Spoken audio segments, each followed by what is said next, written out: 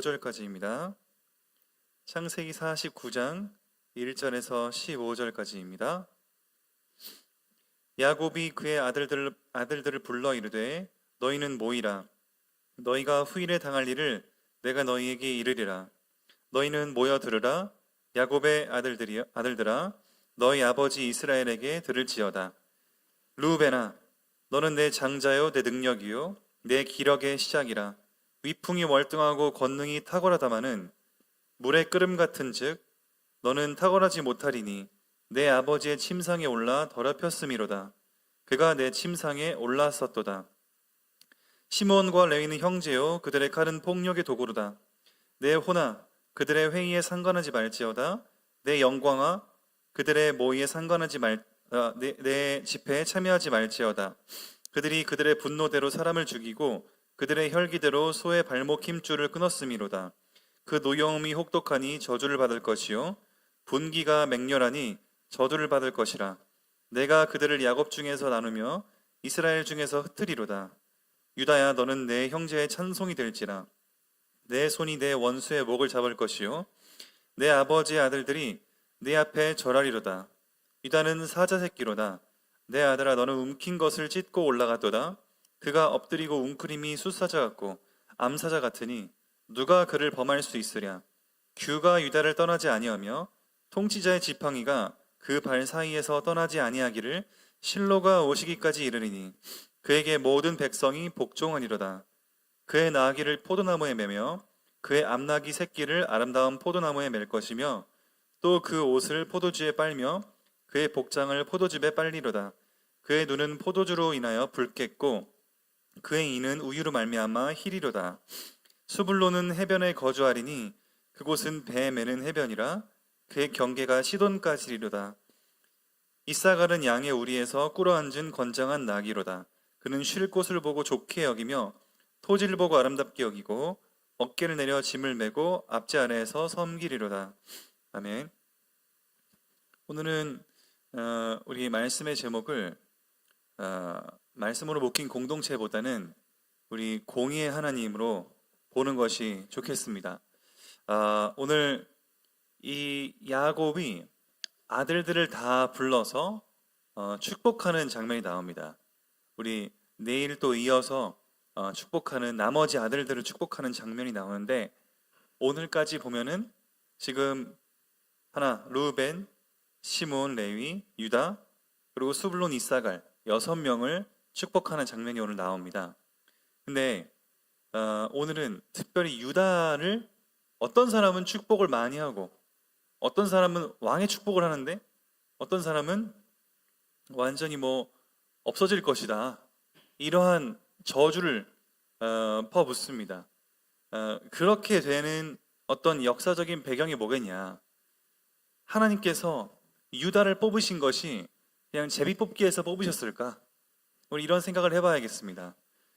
그렇다면 또 반대로 잘했기 때문에 뽑혔냐? 또 그것은 또 아니지요. 두 가지 관점이 같이 가야겠습니다.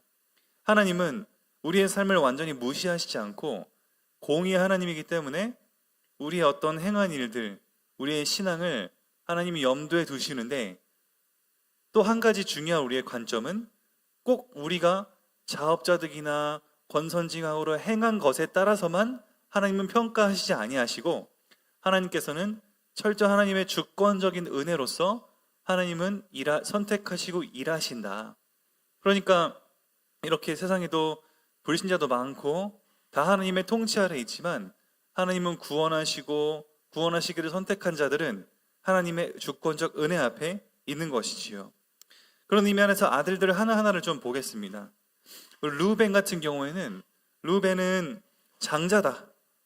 장자인데 어떠한 지금 죄 때문에 안 될 거랍니까?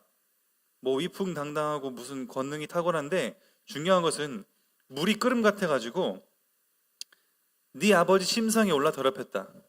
이거는 아버지의 첩 빌하를 강간한 사건입니다. 그래서 이 아버지의 침상에서 아버지의 첩을 감히 아들이 건드렸다.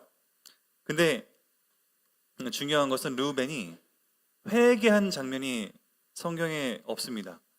그러니까 루벤은 그냥 그런 인생을 살다가 그러한 신앙을 유지하다가 어떻게 보면은 이제 끝난 것이죠. 시므온과 레위, 시므온과 레위인데 우리 여기엔 또 의아하실 겁니다. 아니 레위 이거 레위 지파의 수장 레위 지파의 그 조상인 레위가 여기 들어 있는데 왜 이렇게 저주스러운가? 중요한 것은 여기 소주제가 폭력의 대가 아닙니까? 어떤 폭력을 저질렀냐? 시몬과 레위는 형제고 칼은 폭력의 도구다. 그렇게 하면서 막 얘기합니다. 그들은 그들의 분노대로 사람을 죽였다. 이거는 뭐냐면 그들의 누이인 그 디나가 이렇게 세겜족의 그 여자들이 어떠한가 문화를 궁금해서 나가다가 강간당하지 않습니까? 디나가 강간당했을 때 그러면 결혼을 허락해 줄 테니까 와서 할례 받아라 해놓고 해서 그때는 마취 이런 것도 없고 지금 의술이 아니었기 때문에 한 3일 동안 몸살을 끙끙 앓는데 그때 세겜 사람들을 싹 다 죽인 우리 학살 사건이 일어납니다. 그 이제 주동자들이 여기 시므온과 레위인 것이죠. 근데 중요한 것은 그들의 분노대로 죽였다. 아버지 야곱은 그들의 어떤 성품과 과거의 그 죄악들을 드러내서 보여주시는 건데 중요한 것은 이들이 시므온 같은 경우에도 회개하는 모습이 없었습니다. 아니 우리 누이를 이렇게 하는 게 합당합니까? 이래가지고 죄를 따지고 그렇게 했단 말입니다. 근데 중요한 것은 우리 레위 같은 경우에도 시므온 같은 경우에는 그렇게 그냥 뭐 나중에 사라졌는데 별로 이름도 없이 레위 같은 경우에는 레위 지파 아닙니까? 그래도 제사장 지파 아닙니까? 근데 뒤에 나중에는 이렇게 그 출애굽기 들어와서는 결국엔 하나님의 제사장 지파로 쓰임 받는데 우리 아론 때 금송아지 짓고 이렇게 사람들이 막 모세보다는 금송아지를 이제 모세가 율법 받으러 간 사이에 금송아지 숭배할 때 레위인들은 따로 거룩하게 자기들끼리 여호와 앞에 설 사람들은 이쪽으로 와라 얘기하면서 구별된 모습을 보여줍니다. 이런 어떤 모습들을 봤을 때 하나님은 이렇게 레위인들을 용서하시고 또 제사장 지파로 계속 쓰시지 않았겠나 이런 생각들은 해볼 수가 있겠습니다. 어찌됐건 이러한 어떤 장자권에 있어서 루벤이 탈락하고 시므온과 레위가 이렇게 이제 탈락을 했다 보니까 남은 다음 사람은 이제 네 번째 아들인 유다인 것이죠. 하나님이 유다에 대해서 야곱이 축복하는 내용이 완전히 다릅니다. 너는 네 형제의 찬송이 될 거다. 그리고 원수의 목을 잡을 거다. 다 이게 뭡니까? 뭐 너무 잘 아시겠지만 예수 그리스도를 지금 예표하고 있는 겁니다.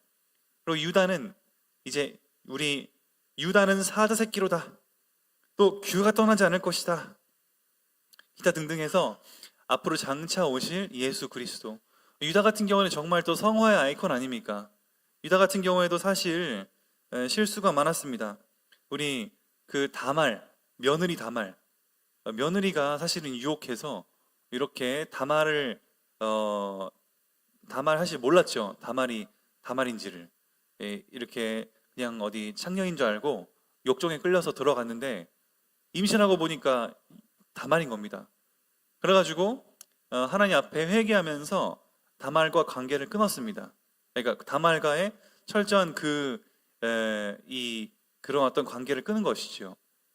그러니까 하나님 앞에 회개하고 나아가고 그리고 뒤에 보면 이제 요셉 같은 경우에 요셉 마지막 11번째 아들 죄송합니다. 12번째 아들인 우리 베냐민을 갖다가 잡아놨을 때 요셉이 시험했을 때 그 베냐민 대신 나를 잡아달라 이렇게 자신을 드리는 장면을 우리 얼마 전에 봤지 않습니까?